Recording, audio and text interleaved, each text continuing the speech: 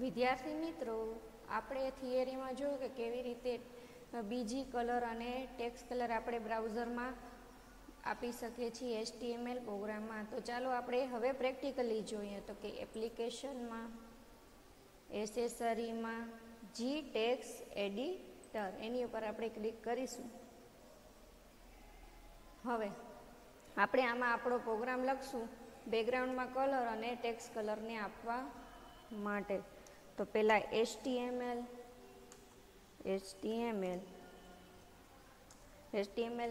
પેલો છે આપણો ટેગ HTML, પછી હેડ, પછી ટાઇટલ, આપણે એને નામ આપશું ફોન્ટ કલર. હવે સ્લેશ ટાઇટલ. મેં જ્યારે થિયરી કરાવી ત્યારે સમજાવ્યું હતું કે ફરજિયાતપણે આપણે સ્લેશ ટાઇટલ આપવું જોઈએ, કેમ કે સ્લેશ ટાઇટલ નહીં આપીએ તો આપણું બોડી સેક્શનને પણ એ ટાઇટલ બારમાં લઈ લેશે. હવે સ્લેશ હેડ. હવે બોડી. હવે આ બોડી ટેગની અંદર જ આપણે શું કરવાનું છે, આપણે સૌથી પહેલાં તો કે બીજી કલર એટલે કે બેકગ્રાઉન્ડના કલર આપવો છે. આપણે અત્યારે આપશું યલો. હવે જગ્યા, પછી ટેક્સ્ટ કલર. તો કે હવે મારે અક્ષરને આપવો છે કલર, તો એના માટે આપણે રાખશું બ્લુ. આપણે બોડી ટેગમાં લખ્યું બીજી કલર એટલે બેકગ્રાઉન્ડમાં કલર બરાબરની નિશાની. કલર આપણે આપવો છે બેકગ્રાઉન્ડમાં યલો. અને ટેક્સ્ટ કલર કેવો વાપરતો, ટેક્સ્ટ એટલે કે અક્ષર આપણે જે લખીએ છીએ હેડિંગ ને આપણે જે બધું પેરેગ્રાફને લખીએ છીએ બધા કેમાં આવશે, તો કે બ્લુ કલરમાં. એના માટે TEXT text is equals to ની સાઇન અને બ્લુ. અહીં આપણો બોડી ટેગ કમ્પ્લીટ. હવે ધીસ ઇઝ સમ ટેક્સ્ટ બરાબર. હવે BR ટેગ લખશું. શું કામ, તો કે અહીંથી લાઈન બ્રેક થઈ જાય અને નીચેની લાઈનમાં લઈ જાય. This is sum text.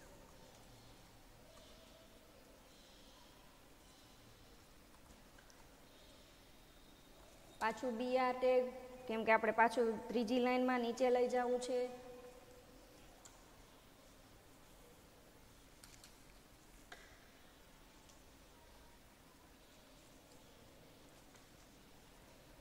This is some text અને BR. હવે તમે છે એ શું લખ્યું, તો કે 3 લાઈન લખી છે.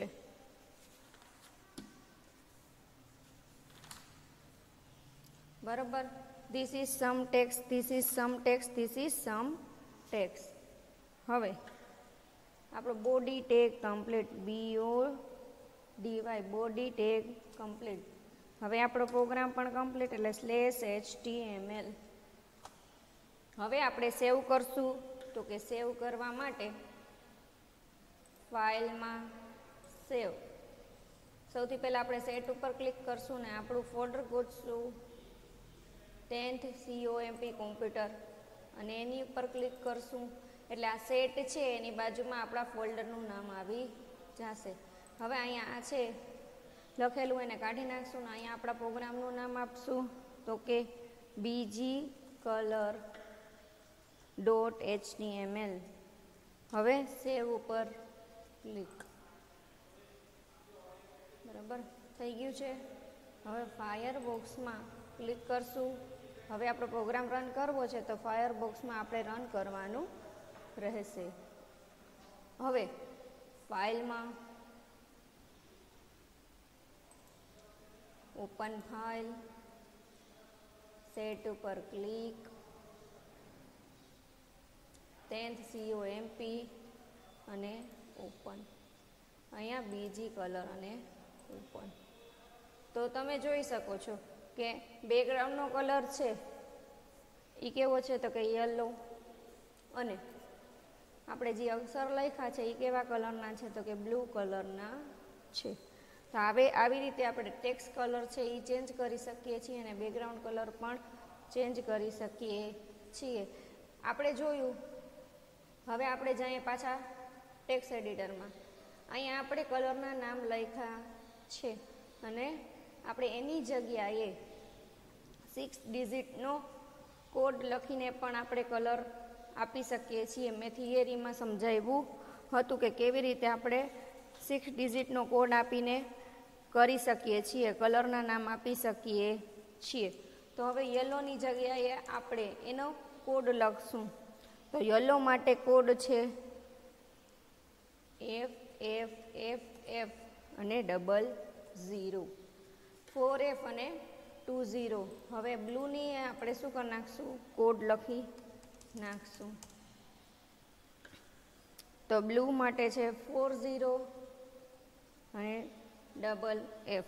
હવે મેં ચેન્જીસ કર્યા એટલે મારે શું કરવું પડશે? તો કે સેવ. હવે સેવ થઈ ગયું છે આપણું.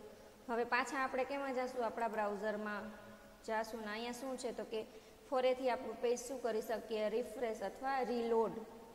અહીંયા એકવાર ક્લિક કરશું. ચેન્જીસ કાંઈ દેખાશે નહીં. આપણે કોડથી પણ આવી રીતે પ્રોગ્રામમાં કલરના નામ આપી શકીએ છીએ.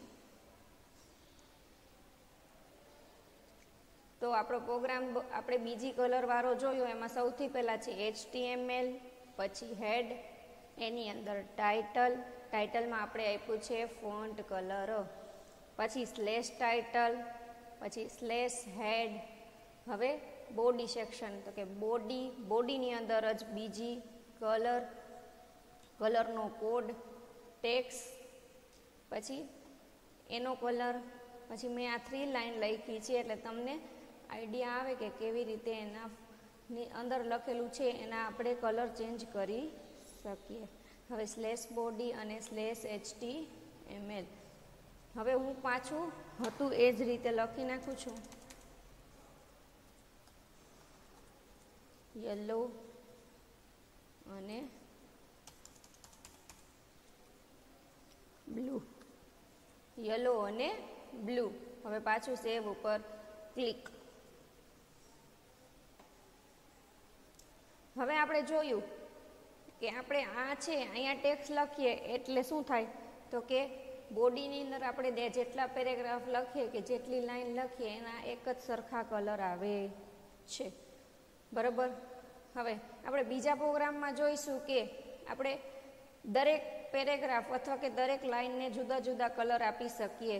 બરાબર. તમારે આ પ્રોગ્રામ તમારી નોટબુકમાં લખવાનો રહેશે. આ તમારું કોડ છે. બરાબર. અને આ બ્રાઉઝરમાં તમારું આઉટપુટ આપેલું છે.